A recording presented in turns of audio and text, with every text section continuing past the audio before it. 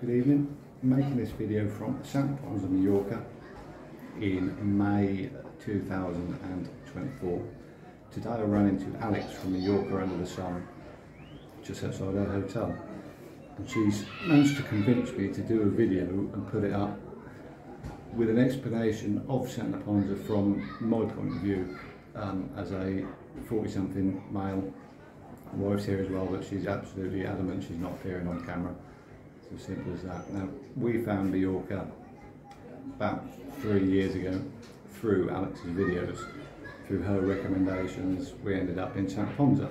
And I think with us it was a case of hitting the jackpot first time. If it ain't broke, don't fix it. So we've been coming back twice a year ever since. What we like about it is its location from the airport, 20 minutes in a taxi, 50 euros, give or take a couple of quid. We've tried various hotels since we've been coming to the island, always in and around Santa Ponsa. Like I say, we just find it incredibly welcoming here on the whole, but I'll get to that later. Our favourite two are probably the Plaza, which is up by the main roundabout, and our favourite by far is the Jardin del Sol. Both of which are technically adults only, although I'm told that in Spain they're not actually allowed to sell it as adults only, but I think they just encourage the idea that there's very few facilities for kids, therefore there's not much point in families going there. We find now, as we're both knocking on a bit, our kids are growing up, left home, so we don't want to come on holiday and spend time with other people's kids. We don't want the noise and the hassle and everything that goes with that. So the hotel we're at the minute is the Jardin. It's okay, it's self-catering. We found that it does get a little bit rowdy. There's a lot of football supporters around. It doesn't help that it's Scottish Cup final weekend, Celtic and Rangers, and there's some sort of affiliation with Celtic and the Irish as well. So I think there's a lot of honorary Scots people here this weekend, which probably doesn't help. And Santa Ponsa of an evening can be quite interesting. There's various bars and clubs and things, so it can be as rowdy as you like. We ended up popping out for a drink. Neither of us are big drinkers, so we went out for a couple of beers. Happened to be on our wedding anniversary to quite a popular spot in Santa Ponsa called the Square, which it's a bit run down now. It reminds you of something you would have found in the 80s and 90s. I imagine it was quite popular then.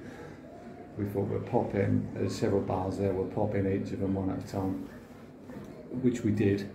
We ended up in what we assumed was a Scottish bar called the Caledonian. Had a beer in there.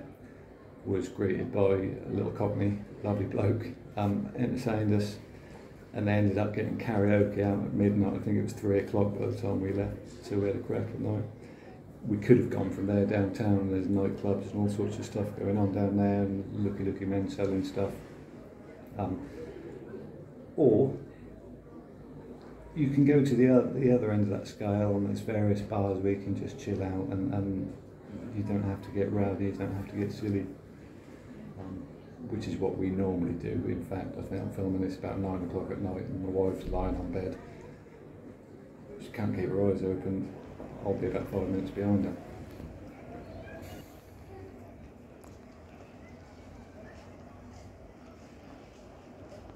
Since we've been coming to the island, we've rented a motorcycle and we've had a few trips out. We went up into the mountains, had a ride around. That was with a company called Mallorca Riders. Really good service. They delivered the bike to the door of the hotel, which was fantastic, and picked it up, dropped it off and picked it up exactly when they said they would. We've rented cars. We've got a car this year.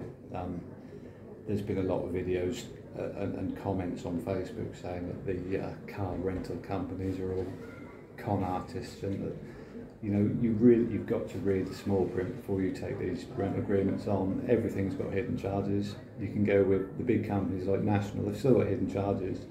So do your own maths and whatever, work it out beforehand. And one bit of advice I could offer would be to make sure you've got the full insurance package, because if you take that thing back with the slightest dent or scratch on it, then you're going to pay the excess.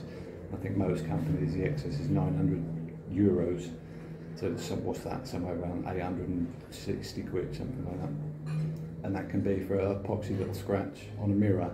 It's still going to cost you 860 quid. So just make sure you've got that full insurance package. We've ended up here today. As you see, there's worse places in the world to be stranded. Our hotel is over in that direction, somewhere on the left-hand side. But to be honest, it's got so noisy now that we've decided to give it up as a bad thing. And we're going to head over there. And that's the Jardin del Sol. It's our favourite. So we'll give that one a go.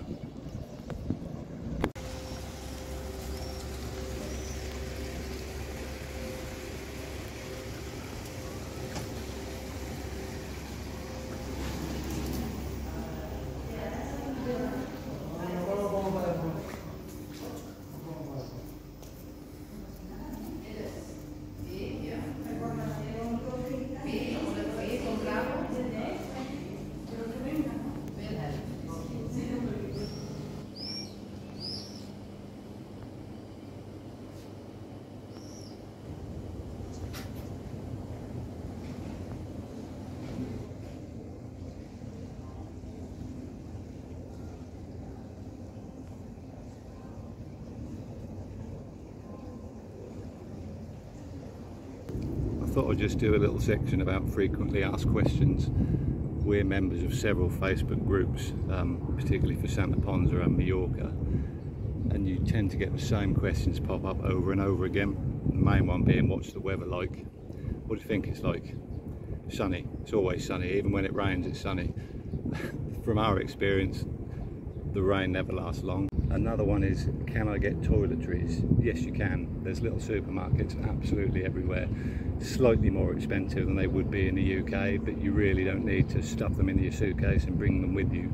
Another one is, what's the queues like at the airport? Well, the airport in Mallorca, Palma, is massive. It's a huge airport, so there's going to be queues. But as long as you've allowed your 2 hours or whatever is recommended, you won't have a problem. Yeah, you'll probably have to stand in a queue for half an hour to get through security and what have you, but it doesn't help with these new automatic passport control gates, which they just seem to have made things worse, not better. But you've just got to have patience. At the start of your holiday, does it really matter? Reviews. Reviews on hotels, reviews on restaurants, reviews on car hire companies. Just remember when you're reading the reviews that people are far more likely to leave a negative review when they've had a bad experience than they are of leaving a positive review when they've had a good experience. So don't let reviews on places be the be-all and end-all. We've had reviews on the hotel that we've been staying at that have been absolutely brilliant, 5-star reviews. We don't necessarily agree with that, but it's different strokes, isn't it? What's good for one's not necessarily good for the other.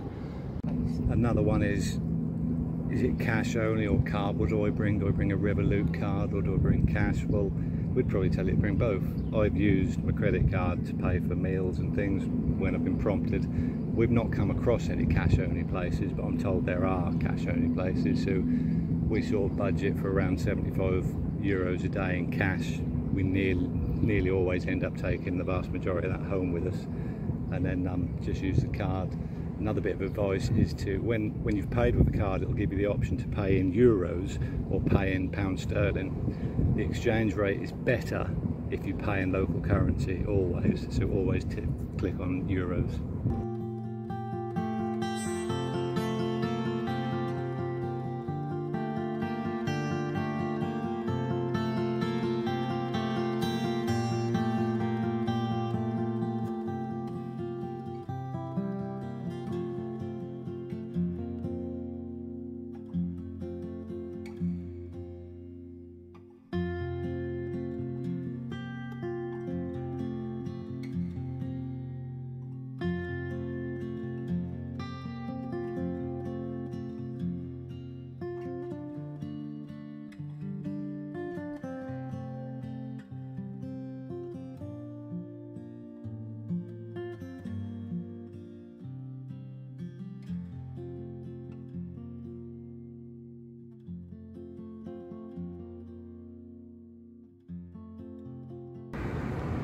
midnight in Palma trying to get a taxi.